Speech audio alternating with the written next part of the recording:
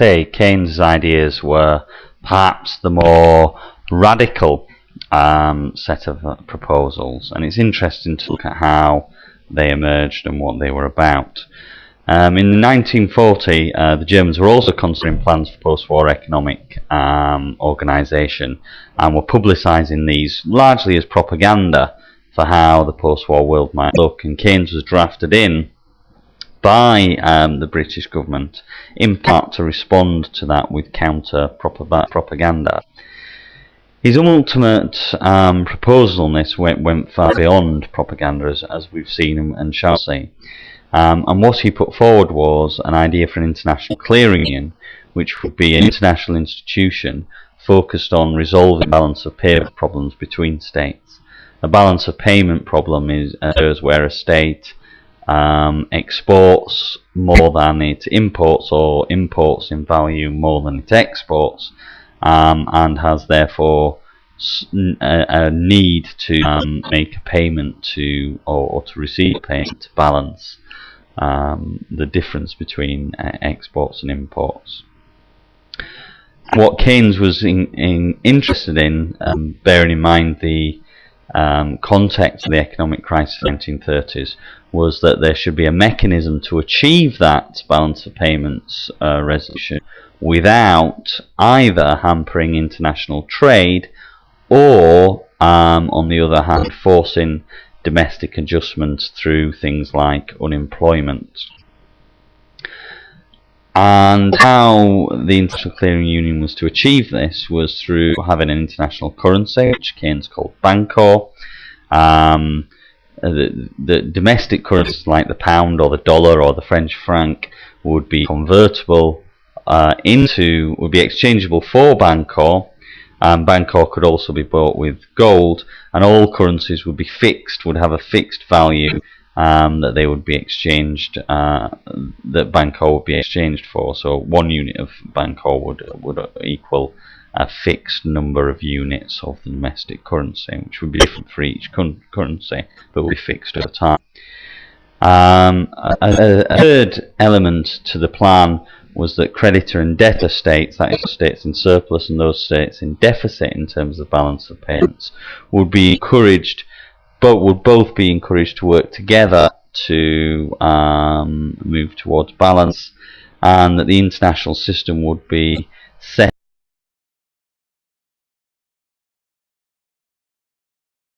up to avoid deflation. Keynes was certainly not so concerned with the threat of inflation. That was a later concern that arose in the economics literature, particularly as a critique of Keynesian macroeconomic management policies from the late 1960s onwards. So the main negotiating positions then. And just there we have a picture of Keynes talking to Harry Dexter White in the Washington negotiations, I think that is, in fact. So what did each state want out of, if we say that the Bretton Woods negotiations were largely an Anglo-American affair, what did each state want out of the process? Well, Britain certainly wanted US support in the war and began to get into these negotiations in the first place, as we've seen, very much as a product of requiring that support. Britain wanted to protect the British economy from US imports after the war, to restore growth and to maintain trade, certainly within the Commonwealth. Britain didn't want to do anything that would get rid of imperial preference during this time. And wanted to tie the United States into playing a lead role after the war, in a way that it hadn't done after the First World War. The United States was keen to ensure free trade, contrary to Britain, to end imperial preference, and to move the financial centre of the world, in the quote there, I think from Cordell Hull, from London and Wall Street to the US Treasury. So there's twofold change. One, to move financial power across the Atlantic from Great Britain and the City of London to the United States, and a secondary issue to move power away from private financial markets to government regulation of finance, and what Keynes would call would later famously say, make finance a servant of industrial production and national economic development rather than the other way around. The United States also wanted to support an international market for US produce and to avoid too large a US financial commitment to the post-war world. What both parties wanted was a plan to restart economic growth after the war, to provide for a stable balance of payments, a stable system of resolving balance of payments problems, and to fund reconstruction and development in Europe after the war. Now, it's probably worth just pausing here to consider the 3 or 4 ways in which balance of payments problems can be resolved.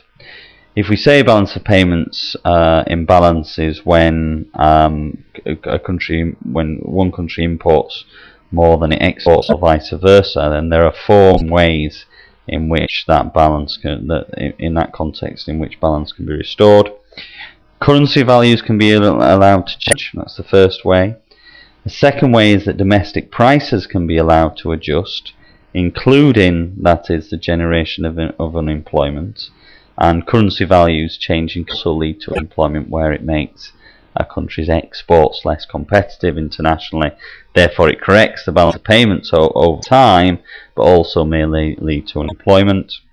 The third way is where a country can use resources to either accumulate foreign exchange or to spend to work down its reserves, to balance the deficit. But that is very much a short-term measure and not a long-term strategy, because obviously a country would run out of foreign exchange or accumulate so much that it became a problem for the rest of the world. And right now, China's accumulated so many dollars and is holding so many dollars in foreign exchange reserves that's becoming a problem for the world economy. And the fourth way is through trade policy, that is, limiting imports or by putting on import taxes or other mechanisms or import limit. Now, what both countries wanted during this time, and this marked the acceptance really of Keynesian economic ideas, was to avoid 2 of those outcomes. Firstly, to avoid a collapse of free trade, so therefore through the use of competitive trade policy, import taxes and the like. And secondly, to avoid uncomfortable levels of domestic adjustment, such as would result in high unemployment. And again, both those things are very much parcel of the response to the economic crisis of the 1930s, which is why we touched on it so much at the outset.